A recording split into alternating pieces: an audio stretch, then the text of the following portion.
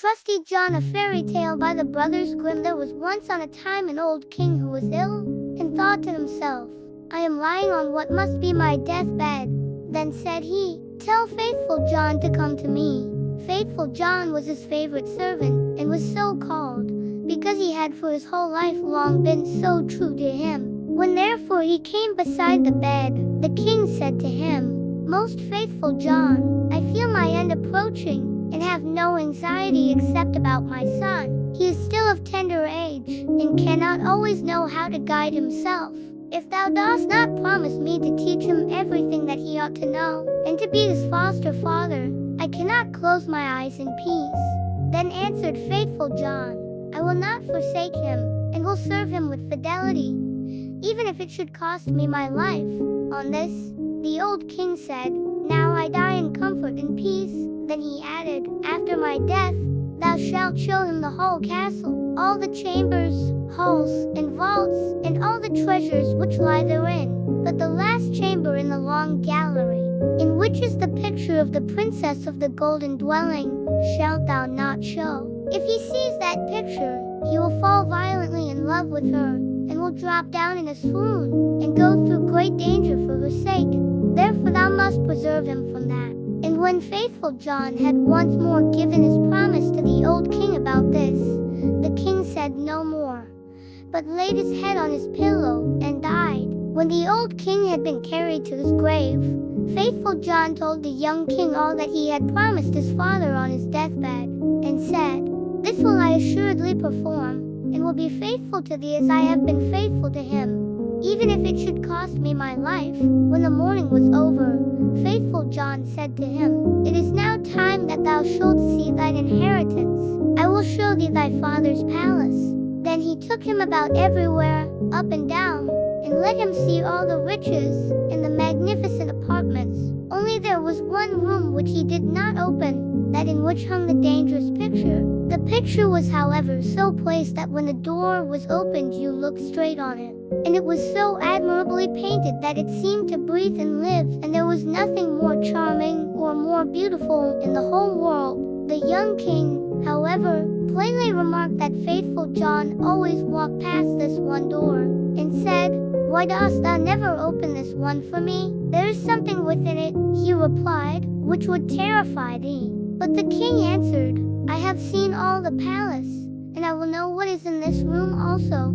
And he went and tried to break open the door by force. Then faithful John held him back and said, I promised thy father before his death that thou shouldst not see that which is in this chamber. It might bring the greatest misfortune on thee and on me. Ah, no, replied the young king, if I do not go in, it will be my certain destruction. I should have no rest day or night until I had seen it with my own eyes. I shall not leave the place now until thou hast unlocked the door. Then faithful John saw that there was no help for it now, and with a heavy heart and many sighs, sought out the key from the great bunch. When he had opened the door, he went in first, and thought by standing before him he could hide the portrait so that the king should not see it in front of him. But what availed that? The king stood on tiptoe and saw it over his shoulder, and when he saw the portrait of the maiden, which was so magnificent and shone with gold and precious stones, he fell fainting to the ground. Faithful John took him up, carried him to his bed, and sorrowfully thought, The misfortune has befallen us. Lord God, what will be the end of it? Then he strengthened him with wine, until he came to himself again. The first words the king said were, Ah, the beautiful portrait! Whose is it? That is the princess of the golden dwelling, answered faithful John. Then the king continued, My love for her is so great, that if all the leaves on all the trees were tongues, they could not declare it. I will give my life to win her. Thou art my most faithful John. Thou must help me. The faithful servant considered within himself for a long time how to set about the matter, for it was difficult even to obtain a sight of the king's daughter. At length he thought of a way, and said to the king, Everything which she has about her is of gold tables, chairs, dishes, glasses, bowls, and household furniture. Among thy treasures are 5 tons of gold.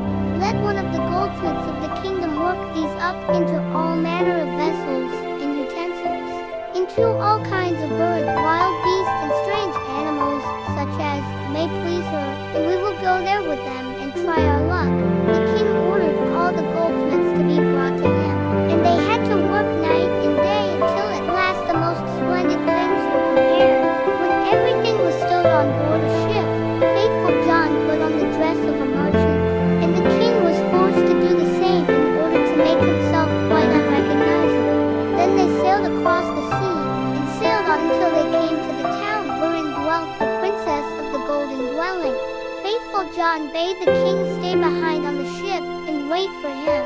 "Perhaps I shall bring the princess with me," said he. "Therefore see that everything is in order. Have the golden vessel set out and the whole ship decorated." Then he gathered together in his apron all kinds of gold things, went on shore, and walked straight to the royal palace. When he entered the courtyard of the palace, a beautiful girl was standing there by the well with two golden buckets in her hand, drawing water with them. And when she was just turning round to carry away the sparkling water, she saw the stranger, and asked who he was. So he answered, "I am a merchant," and opened his apron, and let her look in. Then she cried, "Oh, what beautiful gold things!" and put her pails down and looked at the golden wares one after the other. Then said the girl, "The princess must see these. She has such great pleasure in golden things that she will buy all you have." She took him by the hand and led him upstairs, for she was a waiting maid. When the king's daughter saw the wares, she was quite delighted and said, "They are so beautifully worked that I will buy them all of thee." But faithful John said, "I am only the servant of a rich merchant. The things I have here are not to be compared with those my master has in his ship. They are the most beautiful and valuable things that have ever been made in gold."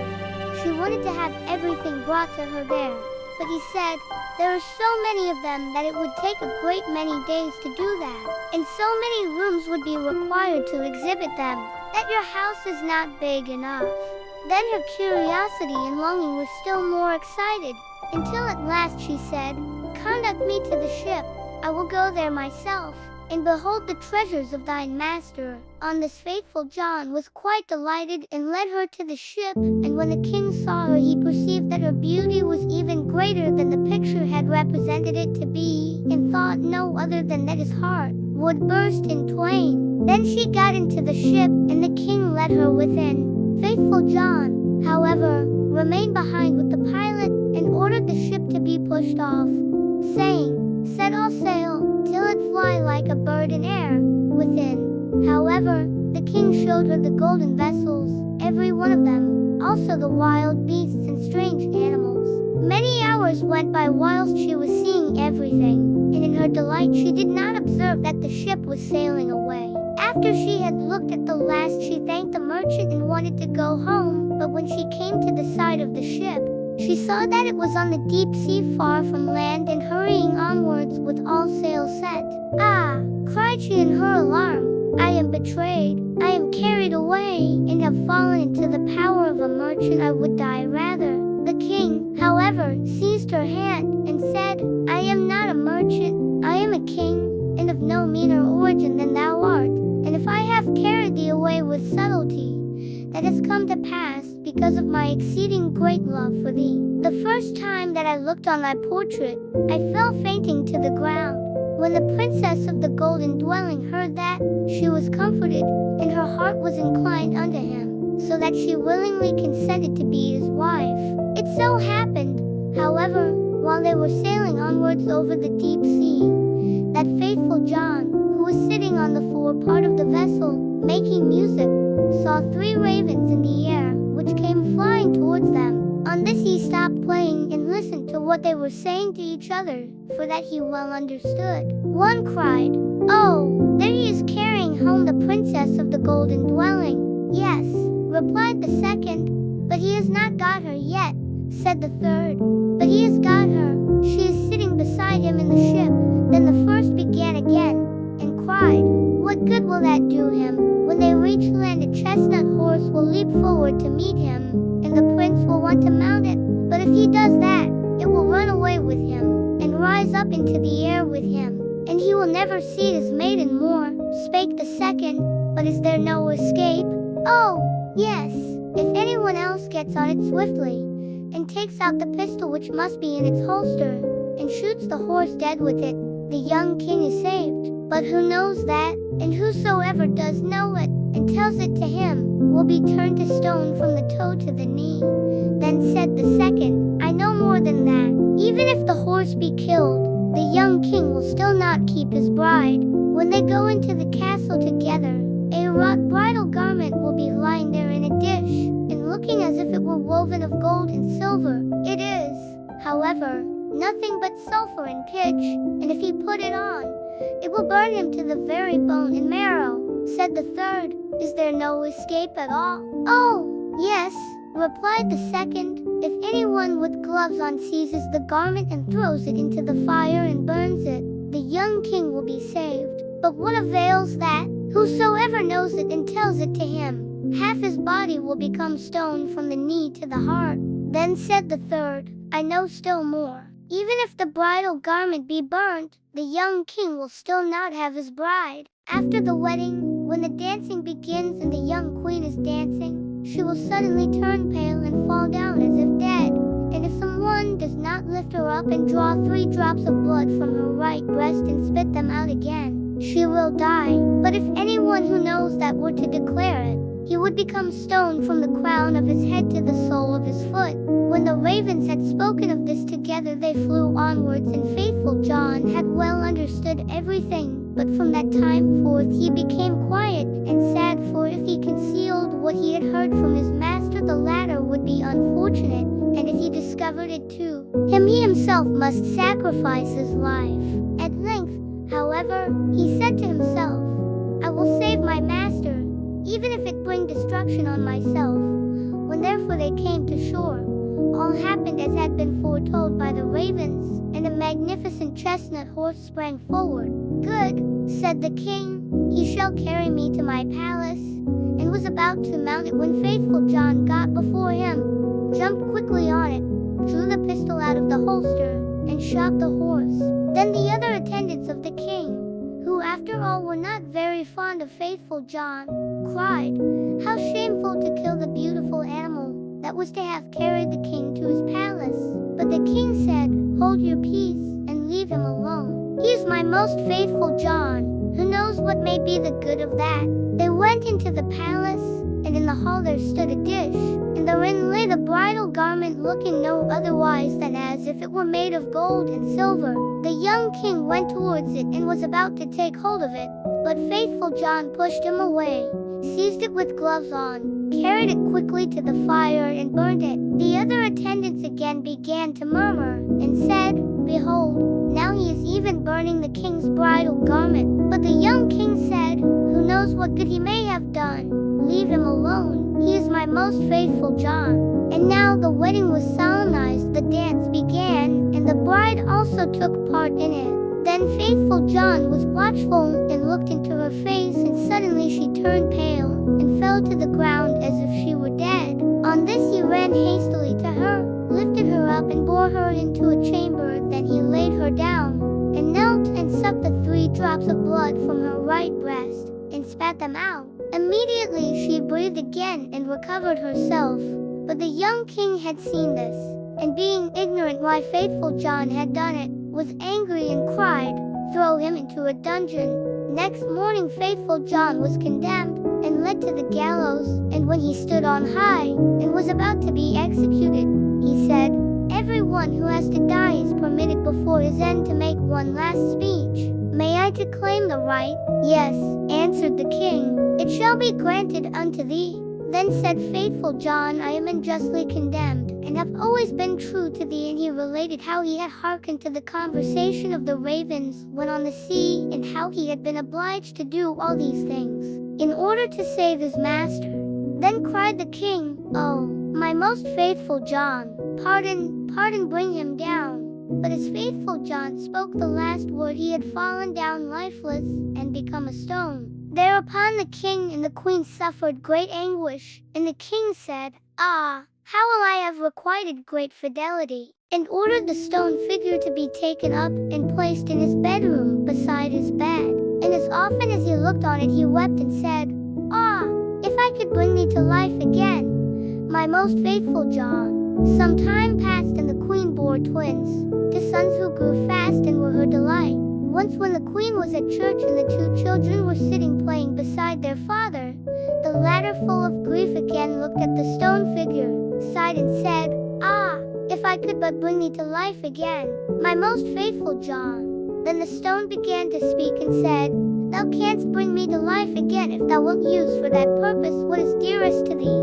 Then cried the king, "I will give everything I have in the world for thee." The stone continued, "If thou wilt cut off the heads of thy children with thine own hand, and sprinkle me with their blood, I shall be restored to life." The king was terrified when he heard that he himself must kill his dearest children, but he thought of faithful John's great fidelity, and how he had died for him, drew his sword, and with his own hand cut off the children's heads. And when he had smeared the stone with their blood, life returned to it, and faithful John stood once more safe and healthy before him. He said to the king, "Thy truth shall not go unrewarded," and took the heads of the children, put them on again, and rubbed the wounds with their blood, on which they became whole again immediately, and jumped about, and went on playing as if nothing had happened. Then the king was full of joy, and when he saw the queen coming, he hid faithful John and the two children in a great cupboard. When she entered, he said to her, "Hast thou been praying in the church?" "Yes," answered she, "but I have constantly been thinking of faithful John, and what misfortune has befallen him through us." Then said he, "Dear wife, we can give him his life again, but it will cost us our two little sons, whom we must sacrifice." The queen turned pale, and her heart was full of terror, but she said, "We owe it to him, for his great fidelity."